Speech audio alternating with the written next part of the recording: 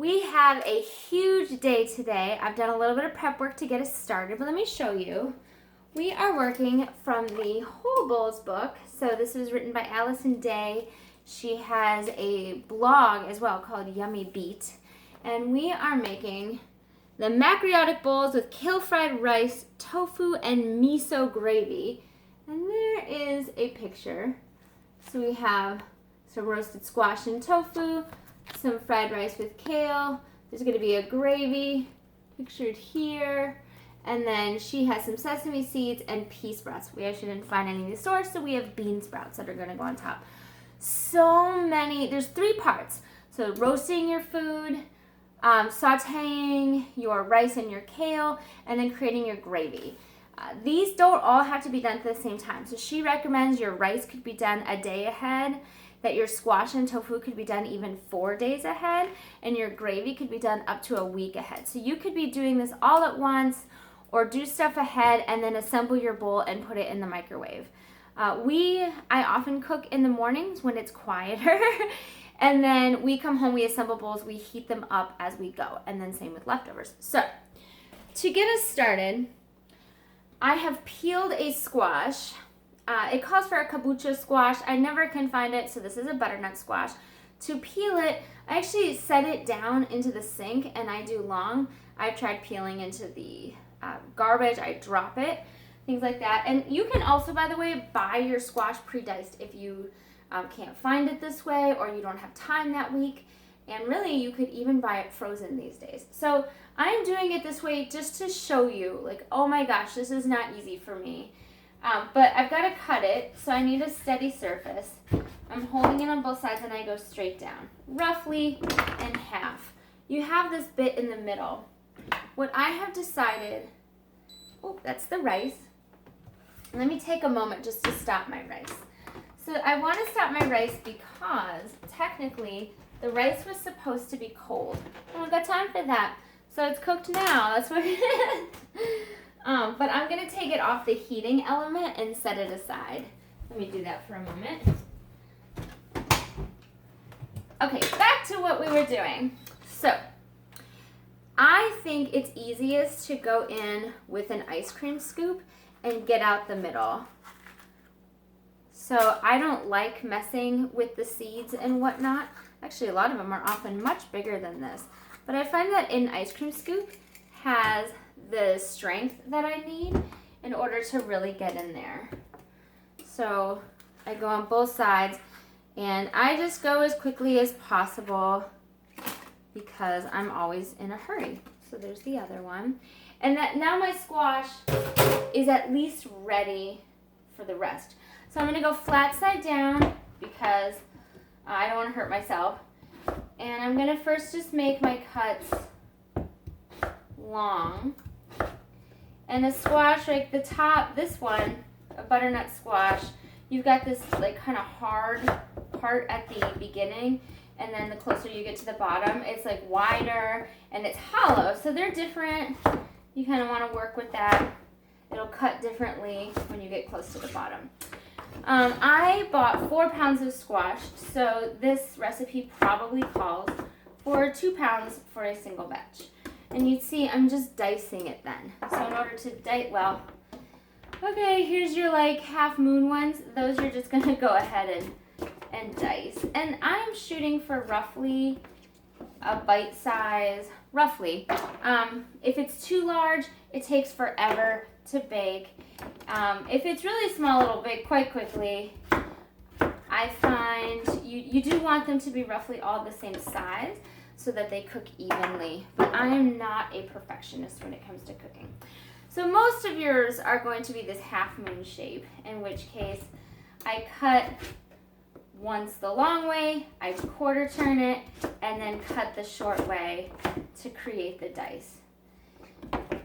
And then you just go and go like that. While I'm doing that, let me also talk about the kale. So I can show you this kale. I've prepped it. I bought this one in a bag, and you can also buy it fresh, de-stem it yourself. But even when you buy it in a bag, it comes with these ribs. And so I always get rid of as much of the rib as possible, and I make it smaller. When you have really big pieces of kale, it's going to make your kids not want it. Another thing you can do, I learned, you can squeeze your kale, kind of massage it, and it will give it a slightly less difficult texture. Like if you're making a kale salad, I learned this from the Skinny Taste lady. Going ahead and doing this will give it a bright green, vibrant color, and it makes it not so coarse and difficult to eat. So that's a little bit on fresh kale. But if you are busy and you're like, I'm not de-ribbing, I'm not cutting anything small, another option you could have is just to buy frozen kale. Maybe stick it in the strainer a little bit before, maybe like go to work, right? Leave it in the strainer. It's not going to rot while you're at work. And then you have the ability just to stick it in with your rice and do that part of it. So there's so many ways. They present these recipes to you all with fresh ingredients. Eventually, if you have the option to choose, you probably do choose the fresh. But in a pinch, in a hurry, I have friends that have brand new babies. I've been in that position of having a brand new baby. You know, it's not easy. And ironically, like, not every child is all into chicken nuggets. And I remember with our oldest, we would give her like spaghetti for the first time and watch her face, or hamburger or chicken nuggets, just anything. And she did not care. So you never know what you're going to get with kids. With the rice and kale mixture, I add extra rice. I don't go exactly to the recipe. And then when I'm dishing up the kids, I give them more of the rice. I give myself more of the kale because they got a much better metabolism. They're running around for recess. I'm typing at a computer. We have different lifestyles, me and the kids. And they're younger, so their metabolism is firing in a way that my metabolism is not firing.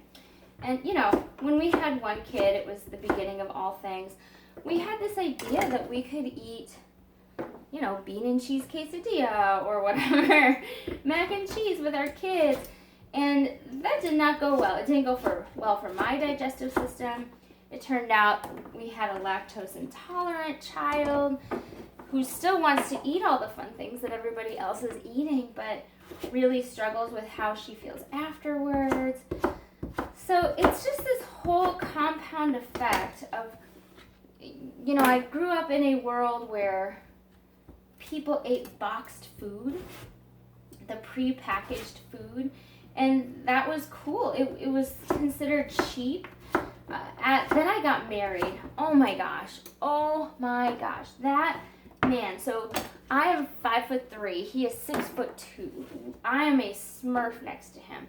And so I would cook the way I had grown up eating, and I would make a lot, and I would think this way we'll have leftovers for lunch, and there would be no leftovers. And so I would double the recipe thinking now I'll have leftovers. We wouldn't have leftovers. Oh, it was just crazy.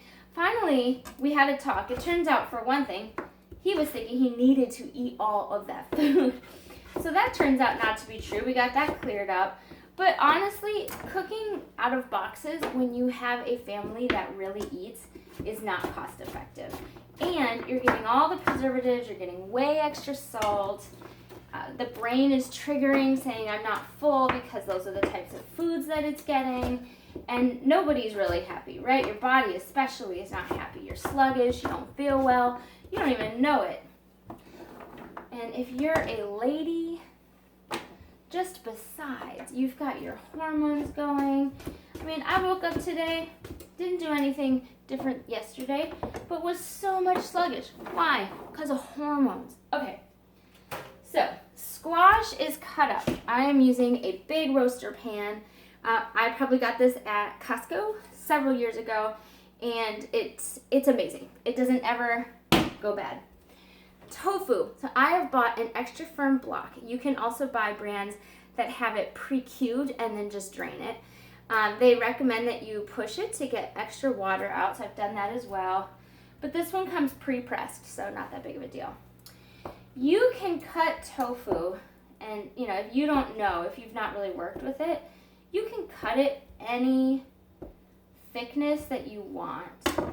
But it's really just like what I was doing, right? Cut into it a little bit, cut the long way, quarter turn, and create your dices. So it's rare that I see tofu baked. I often see it fried. But this is going to apparently puff in the oven, which will be a total treat. And it's a great protein. Tempeh, if you read the How Not to Die cookbook, he sees tempeh as being a little better for you than tofu itself because it's less processed.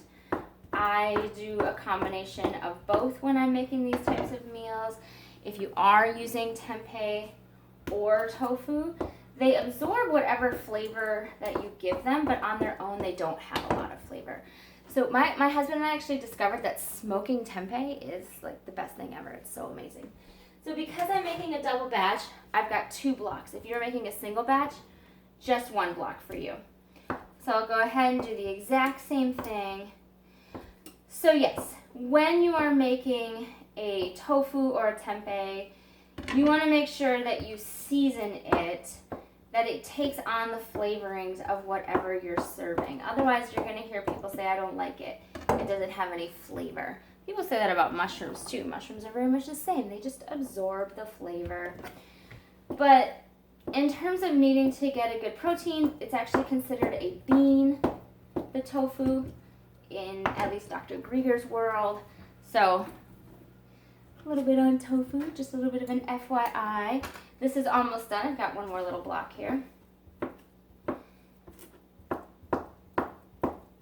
And then what we're going to do is sprinkle this with a little bit of oil and tamari. So this is not the whole plant cookbooks, which means she uses oil, she uses coconut oil, sesame seed. I am just drizzling over the whole thing. The same is true. I'll show you what I'm doing even. So there it is in the pot. It calls for like 2 teaspoons, but I'm just going to go through and put it over all of it, kind of douse it. And then I'm going to take a spatula and move it around a bit, so that everything is coated nicely.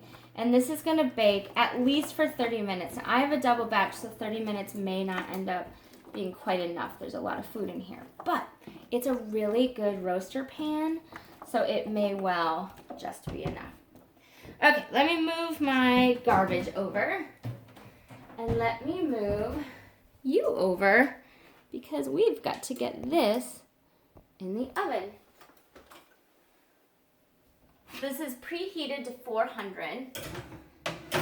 Carefully get that in there. My oven has multiple options. It has convection, roast, and bake. I have just gone for regular bake. Roast, it'll get it really hot. So I'm going to put my timer on. And now I'm going to pull out a saucepan. I'm going to make my gravy first. I'm going to keep giving that rice some time. So I prepped a bunch of ingredients for my gravy as well. And I'm going to tell you up front. So actually, let me also, before I do that. Oh, I need a little more water in here. Hold on.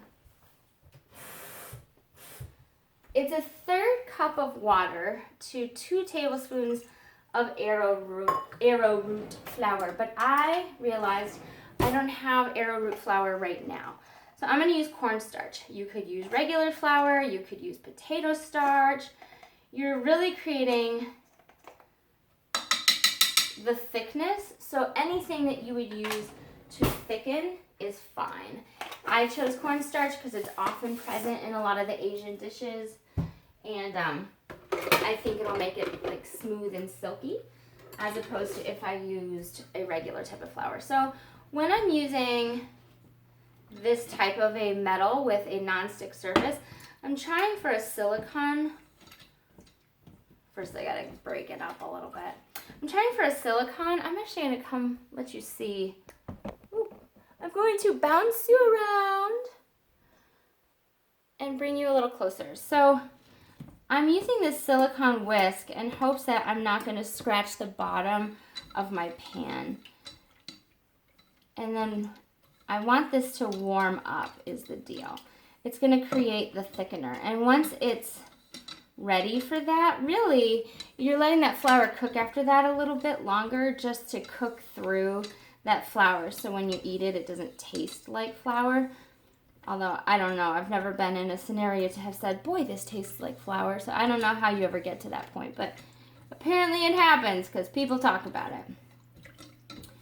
All right, so this is finding its way. I've also prepped, while that's finding its way, all the rest of the ingredients that are going to go in there. So there's soy sauce. The recipe calls for tamari. I have liquid aminos on hand, which is a natural soy sauce alternative. Sometimes coconut aminos is what you see. But I have a gluten intolerance. And so tamari or coconut aminos or whatever that was just called, liquid aminos, they can all be they can be used interspersed, if you will. It doesn't really matter. So that's continuing. It's doing really well. Also in here, fresh ginger, a couple of garlic cloves, white miso paste. There's rice vinegar. So I go to the Asian market to get rice vinegar. You can also get it in a regular grocery store. You see it in a lot of Asian dishes, so I keep it on hand. In case you're unfamiliar with miso, you can get a red bean paste. This one is a white bean. I've often bought a slightly different brand than this, but I sent my husband into the store. And let's just say, if you knew that you didn't want to get out of the car, so you sent somebody else in and they didn't quite bring out the thing, just take it. Just take what they gave you. This is coming right along. Great. So I think we are just about ready with this. I'm going to take you back to what we got going here. So I'm going to go ahead and let the rest of this come in. This is all going to need. There's maple syrup in here too, I'm feeling. And we, honestly, it's a lot of ingredients. It tends to be stuff that my family just has on hand. And then an extra, it's 1 cup of water, but I'm making a double batch, so 2 cups of water. And this is all going to cook together. Make sure you've got the best possible view. So once this gravy thickens, it'll just cook for a little bit, and then I'm going to set it aside. It'll thicken. If you were to stick it in the fridge, it would likely get even a little more thick because there's coconut oil and sesame oil. And those are great flavorings, but anytime you have that oil, it's going to change the consistency in the fridge. You're going to come out with a hard block. So you could just let it be that gelatiny feel when you heat it up, or you could put it on the stove with a little extra water and reconstitute it. It's really whatever floats your boat, whatever makes you happy. But really what's happening right now is we're melting up the coconut. We're getting that miso all incorporated. Miso has, right, so you could imagine this is going to be a little bit salty with the tamari or the coconut aminos with the soy. And then the miso has a reasonable amount of salt in it as well. And in her directions, this is the last thing being made. It doesn't matter because you can also make the gravy up to a week ahead. So that is almost all. I've almost melted entirely my coconut oil. I actually buy my coconut oil in bulk, though I use it a lot less.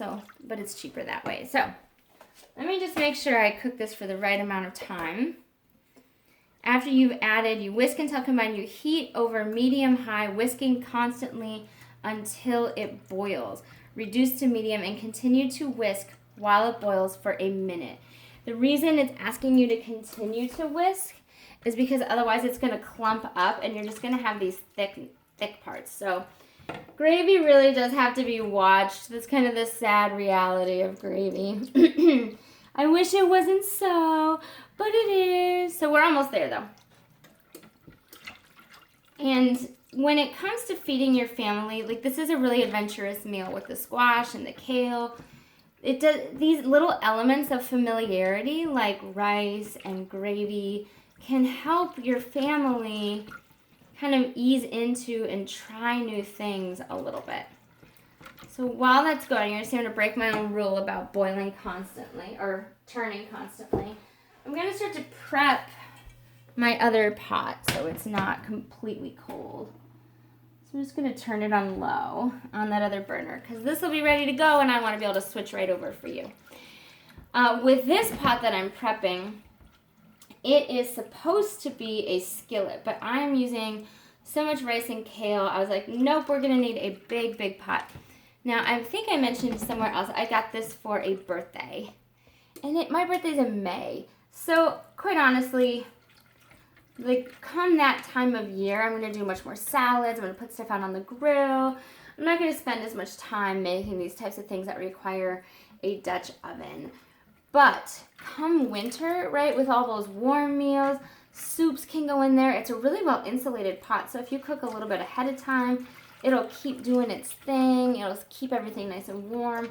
I've also had some pretty big accidents, and it didn't burn it as much because it was a really good pot. So, yay for that thing. And let's see. I've turned this up as far as I care to. I can feel it begin to get thick. So with gravy, you'll start to feel a bit of resistance, a bit of viscousness that is different than when you first put everything together.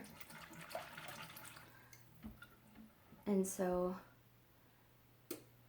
you'll see that's going. I'm going to add a turn of oil into this other pan, so I don't want it just to dry heat. And, you know, I think if you see in recipes, you'll see things that say things like, oh, a tablespoon or 2 tablespoons of oil. I tend not to. So I think the key is you're not deep frying it, right? You're creating a way for something not to stick to the bottom. But find your way in it. While this is getting warm, I can also tell you a bit about what's going to happen with the rice. It's going to be easy. Oh yeah, I got to dice an onion. So in a wok or large skillet, you're going to add that onion and let it get nice and cooked up. Then you're going to add in your rice and your kale, and until the kale is wilted, like 3 to 5 minutes. So in the meantime, right, that other part is in the roaster doing its thing. This is getting close. It's starting to steam. So I'm going to take a quick break from stirring it, despite the rules, because I'm a rules breaker. And I'm going to get my onion prepped for this next part because I believe that it won't wreck everything. And that's the thing about cooking. I think people can feel like, oh my gosh, but you can take your hands off of it for 2 seconds. Just don't walk away. Like 2 minutes went by. Oh yeah, it'll be stuck to the bottom. It'll be over for you. Now, the benefit if I did have cold rice is it's a little chunkier. It kind of like just acts differently. But we're going to live with what we have because it's better than not having a meal at all. And I can go ahead and let my onion get started over there while I'm waiting on this gravy. It calls for 1 onion. I buy these really large onions in bulk, so I'm not adding 2 onions like one might necessarily expect. Give that a quick turn. So see, that's the thing. You have 2 burners. So even though there's these 3 parts and that can feel overwhelming, it doesn't have to be overwhelming. Come back, check on this gravy. I can show you how that's looking. It has started to steam, but we're still kind of waiting on a good boil for it.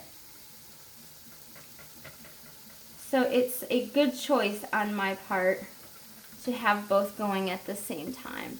In the meantime, no big deal for those onions to saute on their own. You've seen that kale ready to go, and we know that that rice is ready to go as well. I think people in other cultures used to make fried rice because they had leftover rice. Our family just goes through everything so fast. We eat from so many different styles that I pretty much have to make everything on demand. But sometimes I get lucky and I have extra. So you just do what you will. Yay, okay, this is getting thicker. So it's going to start to look like the gravy you would see in a store, although clearly not flavored like the gravy in the store. So I just had to turn it up a lot in order to make that happen. Sometimes that's the deal.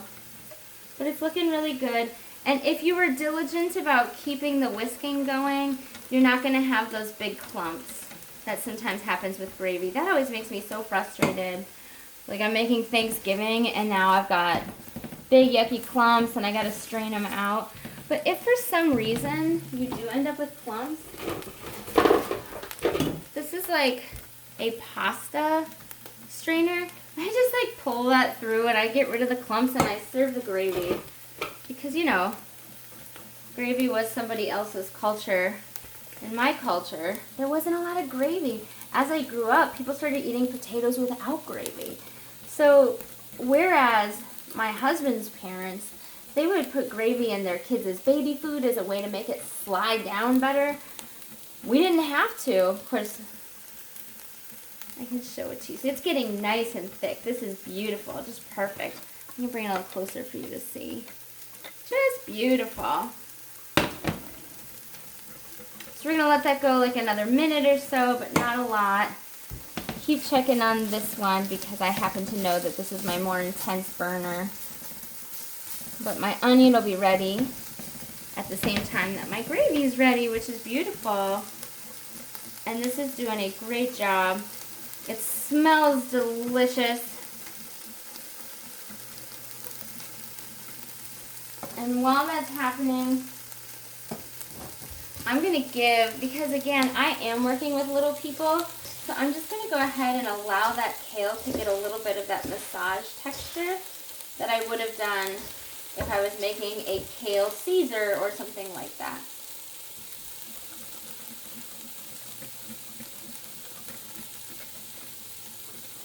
This is beautiful.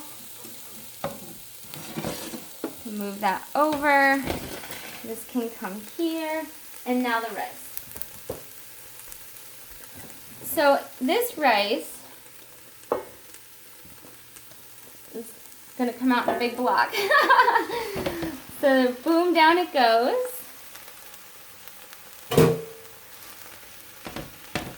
I'm going to break it up just a little.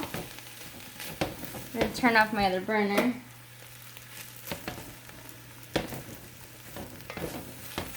Now, this is the more challenging part because this kale is bulky, which is why I'm using this really big pot. And if you were making a single batch, you wouldn't even have this problem. So, and you know, if it wasn't that I was making this video, I would have even added my gravy parts in one at a time. I would have just kept adding pieces. So just in order to let this become more manageable, I'm going to just put the lid on for a moment so that that can cook down. And then I can show you this gravy a little bit. So let me see if I can get you a good picture. It's nice and thick. See how it like holds up off of the... So that is wonderful, and it definitely cooked long enough. It's the type of thing really could stay on the stove for those few hours. In fact, everything will. It'll hang out on the stove, and then I will just go, and I'll put a little bit in one bowl. Right, I'll put the squash and the tofu on one side. I'll put the rice and the kale on one side. I'll douse it in gravy. I'll put it in the microwave, and then it gets topped with the bean sprouts and the sesame seeds if you have them, and only for texture, right? It's all about getting these like different textures. So you're gonna have the soft, you're gonna have the crunchy, and that's gonna make everybody really happy.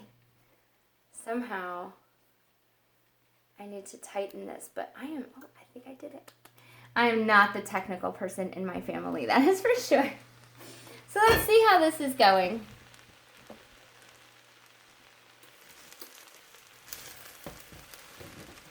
So I will keep working with this until it cooks down is what's going to happen.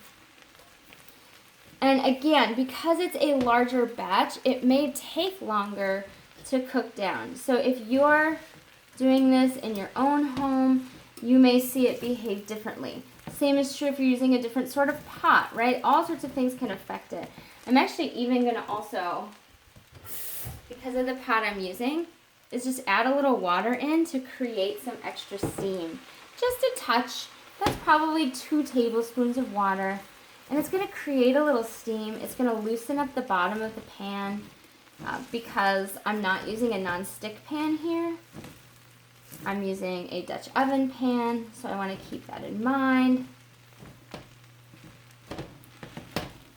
But not a ton of seasoning going into the rice. If you wanted to, when you cooked your rice, you could add a little rice vinegar, and that would give you that kind of sushi flavor. You could add rice vinegar and mirin if you wanted to.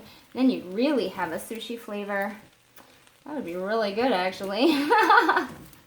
We should do that. We should do that. Which is another thing. You can make recipes and you can add stuff in as you go. You can make your own decisions. You can make notes in the margins of your books, or if you've printed it out, like, or I don't know, I'm sure just like with a Nook, you can highlight and make notes in other things too. See, that water helped me be able to get a little bit more of what I wanted. You can, it's turning a little bit greener. It's going down a little bit more. So that is a huge positive. And we're really almost there. So even though this can feel like a lot of steps, things happen at the same time. If you're able to keep track of them all.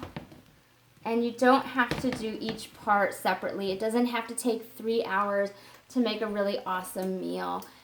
You can spend 30 minutes making an awesome meal. We're at 31 now. And I did a little bit of prep work before. And I'm making a double batch. So that is basically it. And if you want, I can show you how things are going in the oven. So that is cooking up as well. What I will end up doing in the end, because this has got 11 minutes to go, is just checking it with a fork. So you're looking for it to be fork tender, which it's not now. It's got time to go. But that's what you're looking for. And inevitably, what you're going to end up finding is that it's going to create this puffed look. So I'll show you that picture one more time of what you're shooting for. But that's the meal. And in like 10 minutes, I'll be done. But in that 10 minutes, I wouldn't have to stand here the whole time. I could be off doing things, cleaning up dishes, and moving on with my day. So this is a more involved meal than 30 minutes. It's maybe like 40, 45 minutes. Super tasty though, and gonna give me lunch as well. So I hope that's helpful. Thank you so much for being with me, and we'll talk to you later. Bye-bye.